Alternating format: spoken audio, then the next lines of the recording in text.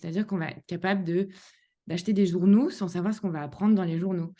On va être capable aussi de s'intéresser, à, l'expansion de l'univers sans savoir ce que ça va nous permettre, de faire. Le but ici est très difficile à établir et c'est vraiment juste pour le fait d'apprendre. Bonjour et bienvenue dans cette nouvelle vidéo Papier-Crayon. Aujourd'hui, nous allons parler apprentissage et curiosité chez les bébés avec la chercheure Cécile Gall. Bonjour Cécile, bienvenue dans Papier-Crayon. Est-ce que tu pourrais commencer par te présenter? Bonjour Léa, donc moi je suis Cécile Gall, je suis, chercheuse en sciences cognitives. Je fais un post-doctorat en ce moment à l'université de Copenhague et je travaille sur la curiosité et l'apprentissage chez les bébés. Voilà. Donc avant de parler de curiosité et d'apprentissage, est-ce que justement tu pourrais nous définir ce qu'on entend par curiosité? Alors en fait la curiosité, l'idée c'est que c'est la recherche d'informations pour l'information en elle-même. Donc c'est-à-dire que c'est motivé de manière intrinsèque. On n'a pas de but externe qui vient motiver ça. On ne va pas essayer d'obtenir de l'information pour être capable de faire autre chose, avec. C'est vraiment juste pour l'apprentissage en lui-même, et pour être capable de, éventuellement modifier nos modèles, du monde dans notre tête, mais, rien de plus que ça.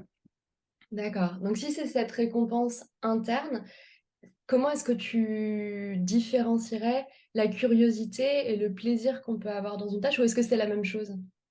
Alors ça peut être assez similaire justement. Il y a des études qui ont montré que le fait d'obtenir de l'information pour laquelle on était curieux, ça peut activer le cerveau de la même manière que le fait d'obtenir de l'argent ou par exemple de la nourriture chez les animaux. Donc il y a effectivement une idée de plaisir et de motivation là-dedans. Après ce qui est différent, c'est que là, l'objet, c'est quelque chose d'abstrait, donc c'est vraiment juste de l'information. D'accord. Donc on va être curieux de voir les conséquences, par exemple, de notre action, c'est ça? Donc notre curiosité serait tournée sur cette action-là, c'est ça que tu veux dire? Pas forcément, c'est-à-dire que c'est juste le fait d'obtenir de l'information et de pouvoir, apprendre quelque chose par rapport à cette information. Donc c'est assez étonnant puisque, ça va nous demander par exemple de dépenser de l'énergie ou même de l'argent ou des moyens pour quelque chose qui finalement, on n'est pas tellement sûr de l'utilité que ça a tout de suite. Donc c'est-à-dire qu'on va être capable d'acheter des journaux sans savoir ce qu'on va apprendre dans les journaux. On va être capable aussi de s'intéresser, à, l'expansion de l'univers sans savoir ce que ça va nous permettre, de faire. Le but ici est très difficile à établir et c'est vraiment juste pour le fait d'apprendre. Je ne sais pas D'accord. si ça répond à ta question. C'est assez abstrait comme concept et donc il y a pas de l'idée c'est qu'il y a pas de but immédiat. OK. Et pour peut-être rendre ça un petit peu plus concret, est-ce qu'on peut parler de personnes curieuses? Est-ce que c'est un trait de personnalité? Est-ce que c'est juste, à un instant T, on va être curieux de quelque chose justement? Alors, bah, je pense que dans le vocabulaire de tous les jours, on parle effectivement de personnes plus ou moins curieuses qu'une autre personne. Après, moi, c'est pas forcément quelque chose qui me motive énormément dans ma recherche parce que je suis pas sûre que ça reflète très bien, les différences qu'on a entre les individus. Donc, par exemple, quand on parle de personnes curieuses dans le langage de tous les jours, ça peut se rapporter au fait de, toucher un peu à tous les sujets et de s'intéresser à tout. Comme ça peut se rapporter au fait, par exemple, de creuser un sujet à fond et d'obtenir toute l'information qu'il y a dedans. Et donc ça paraît un peu comme ça des comportements assez opposés et c'est assez difficile donc de définir le niveau de curiosité de quelqu'un quand les comportements peuvent varier autant.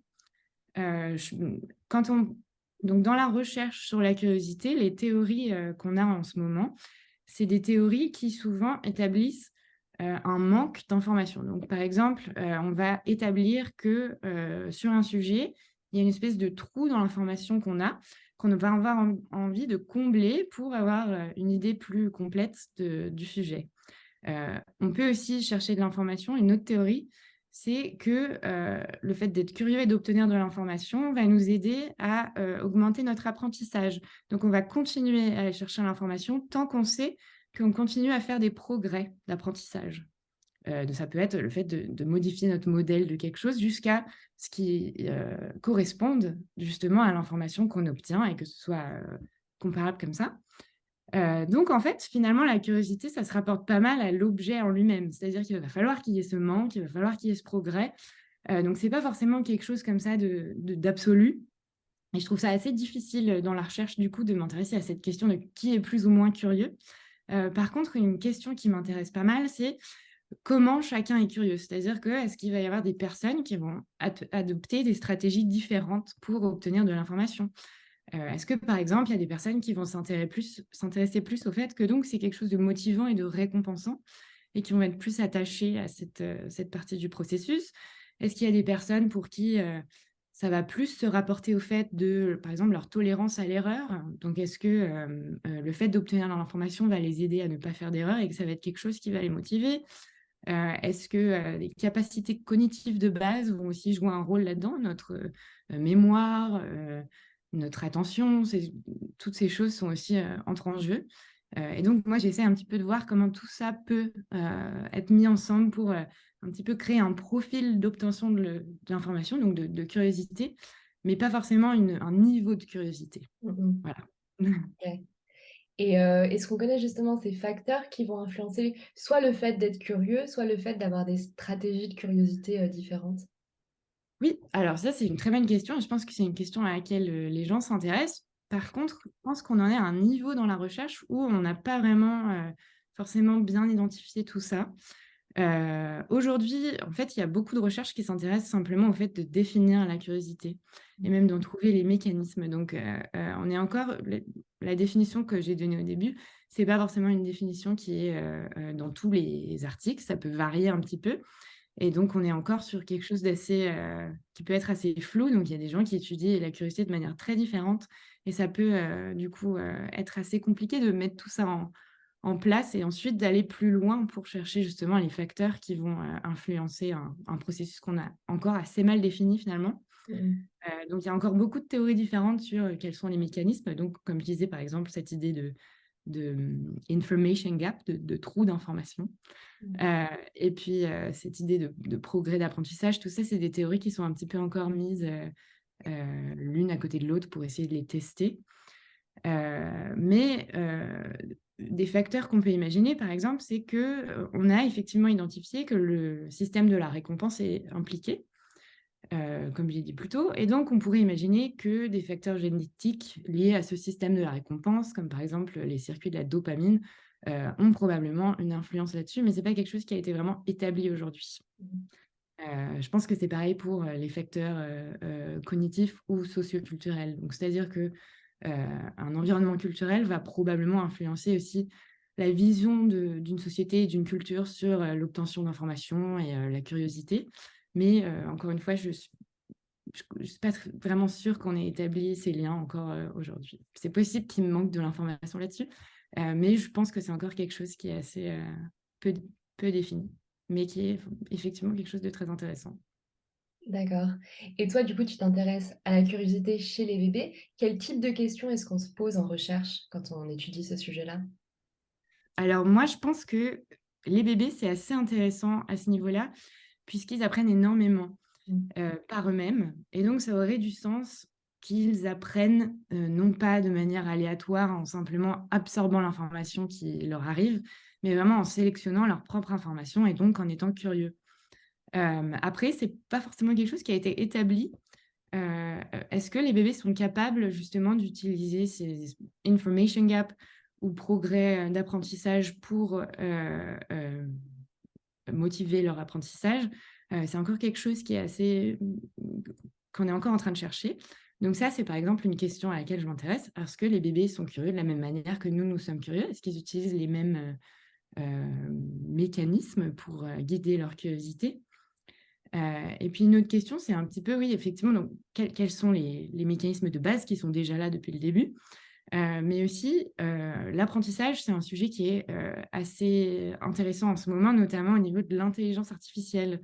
Et donc aujourd'hui, il y a pas mal de liens, en fait, entre la psychologie développementale et l'intelligence artificielle, puisque les bébés sont vraiment capables d'apprendre de manière extrêmement efficace. C'est-à-dire que si on leur montre, quelques exemples d'un cheval, par exemple, ils sont capables de le catégoriser comme un cheval et ils sont assez forts à ça. Ils vont être capables de dire qu'une vache n'est pas un cheval, même si ça ressemble un peu.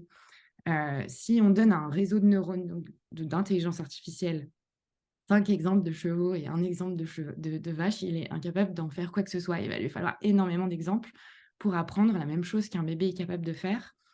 Et donc il y a un intérêt en fait pour, cette capacité à généraliser et cette flexibilité d'apprentissage qu'ont les bébés. Et donc ça, c'est encore une autre, je pense une autre question qui est un petit peu indirecte, mais qui est, voilà, qu'est-ce que c'est que de sélectionner son information de manière curieuse et efficace, pour optimiser son apprentissage? Et est-ce que ça peut nous permettre justement d'informer, tous ces réseaux de neurones et ces algorithmes, en fait, qui mettent en équation justement l'apprentissage? Mmh mh. Et une question qu'on peut se poser quand on n'a jamais fait de recherche avec des bébés, c'est quand on prend cet exemple-là, par exemple avec les chevaux et la vache, comment est-ce qu'on va tester ça chez les bébés? Est-ce que le bébé peut pas nous expliquer: «Ah bah oui, c'est parce que j'ai regardé que celui-ci avait du crin» ou il peut pas s'exprimer vraiment et j'imagine qu'ils peuvent pas comprendre toutes les consignes non plus. Alors à quoi ça ressemble concrètement une recherche avec des bébés? Alors c'est une très bonne question. Moi, personnellement, je travaille avec des bébés qui ont 1 an jusqu'à Mmh. 2 ans. Donc il y a en fait pas du tout de consigne qui est impliquée. Tout est fait de manière implicite. Quand on travaille avec des adultes sur la curiosité, une chose qu'on utilise beaucoup, c'est les questions de trivial poursuite. Donc on pose une question à quelqu'un et ensuite on lui demande de donner un score, d'intérêt qu'il a pour obtenir la réponse à cette question. C'est clairement pas quelque chose qu'on peut faire avec des bébés puisque donc on n'est pas capable de leur donner des consignes, on n'est pas non plus capable de leur demander de faire des scores et de comprendre des questions de trivial poursuite. Donc nous, ce qu'on fait, c'est qu'on prend donc on fait des tâches qui sont plus implicites et on a aussi des mesures qui sont plus implicites. Donc par exemple, quelque chose qui est extrêmement utilisé dans la recherche chez les bébés, pas forcément simplement, au niveau de la curiosité, c'est le regard. Donc on fait ce qu'on appelle de la poursuite visuelle ou de l'eye tracking en anglais. Et donc on utilise des caméras en fait qui filment les yeux et qui nous permettent de savoir où un bébé regarde, à tout instant, pour combien de temps sur quel objet. Et donc on utilise comme ça par exemple, le temps de fixation, sur un objet pour savoir, qui va donner vraiment une quantification de l'intérêt pour cet objet, par exemple. Donc ça pour tout ce qui est un peu exploration visuelle, mais on peut aussi utiliser l'exploration manuelle comme mesure. Donc par exemple, les bébés, jouent avec des jouets de manière quotidienne, et donc on peut aussi utiliser ça. On peut, les présenter avec des objets, physiques cette fois-ci, pas sur un écran forcément et on peut, mesurer le temps qu'ils passent sur chaque objet, à le manipuler et aussi la manière dont ils le manipulent si on veut avoir des mesures un peu plus complexes de leur exploration. D'accord. Est-ce que tu as un exemple concret d'une étude que tu as menée pour expliquer un peu quel type de questions tu te posais? Comment vous avez exploré ça et quel type de résultats on peut, espérer avoir? Oui, alors, par exemple, en ce moment, je suis en train de développer une étude qui se base sur le jeu Memory. Donc c'est un jeu avec des cartes, et l'idée, c'est d'aller chercher les paires. Et donc dans ce jeu, moi, j'ai adapté ça pour que ça puisse être fait sur un écran. Et puis avec cet eye tracker, en fait, je peux permettre au bébé de vraiment contrôler ce qui se passe sur l'écran. Donc je les laisse, en regardant une carte, la retourner pour l'explorer.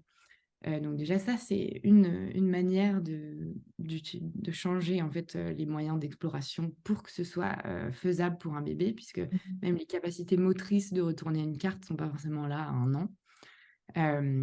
Et puis ensuite, moi ce que je fais, c'est que, j'utilise donc ce temps d'exploration visuelle, comme une mesure de leur intérêt pour, des cartes, qui vont ensuite devoir matcher avec une autre carte. Donc, si je leur montre, une pomme, et un cheval et puis qu'ensuite il y a une troisième carte qui arrive qui est soit une pomme, soit un cheval, combien de temps ils vont passer à explorer ça versus par exemple, 2 pommes, qui se ressemblent énormément. Est-ce qu'ils sont capables d'adapter leur exploration, par exemple, au niveau de complexité de l'information et au fait que, ils soient plus ou moins, ils aient plus ou moins de chances de faire une erreur lorsqu'ils essayent de matcher les cartes ensemble ensuite après. J'espère que c'était une explication assez claire. Oui et du coup, si quand tu as la pomme et le cheval, par exemple, et une troisième pomme, ce que tu vas regarder, c'est le temps de regard pour le troisième objet, c'est ça? Ou pour les Pour les 2 2 objets qui sont premiers présentés? objets, donc pour OK. l'encodage et l'exploration déjà des objets avant de savoir ce qui va se passer plus tard. D'accord. Donc plus les enfants vont faire preuve de curiosité pour l'objet et plus ils vont passer de temps à regarder, les cartes, c'est ça? Et Et donc on pourrait imaginer qu'on a des enfants, par exemple, qui sont plus ou moins tolérants au fait de faire mmh, ces erreurs et qui vont, avoir plus ou moins envie, déjà même rien que de participer, à l'expérience pendant plus ou moins longtemps. C'est-à-dire qu'au bout d'un moment, quand on leur montre tout le temps, 2 pommes, 2 chevaux et des choses qui se ressemblent énormément comme ça, peut-être qu'ils vont trouver qu'il y a, trop de, possibilités de faire des erreurs et que ça leur convient pas. Donc ça peut être une autre mesure aussi simplement. Mmh. Le temps qu'un bébé peut passer, heu, à, vouloir, justement continuer à faire une tâche qu'on lui présente. Mais il y a aussi effectivement cette mesure de combien de temps il va passer à simplement scruter les 2 options qu'on lui montre avant qu'il ait besoin de l'utiliser. Mmh. Et comme tu parles justement de cet, intérêt pour certains stimuli ou de la fatigue au bout d'un moment, quand, les enfants sont vraiment habitués à ces stimuli-là, quels conseils tu pourrais donner à des parents ou à des éducateurs, des professeurs qui aimeraient bien susciter un peu la curiosité des enfants? Oui, alors, je ne sais pas si ça convient forcément énormément à des professeurs, ce conseil, mais je pense que nous par exemple pour des parents, mais effectivement sûrement pour des professeurs aussi.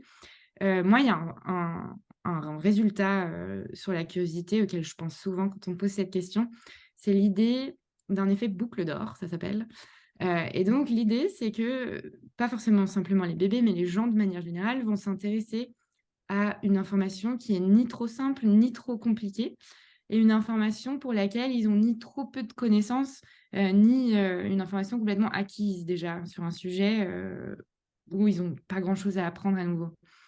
Donc par exemple, si, on présente quelqu'un avec, un film, sur, les moteurs d'avion en thaïlandais, alors que c'est quelqu'un qui n'est pas du tout spécialiste du sujet, et bien, c'est forcément quelque chose qui va assez peu l'intéresser puisque, bah, c'est trop loin de ses centres d'intérêt et de ses connaissances actuelles. De la même manière, si moi, on me donne un livre d'apprentissage de la langue française niveau 1, pas forcément quelque chose qui va m'intéresser non plus puisque c'est quelque chose que je maîtrise déjà. Donc en fait, on va s'intéresser un petit peu à cette zone optimale, d'information qui est un petit peu entre ce qu'on connaît et ce qu'on ne connaît pas.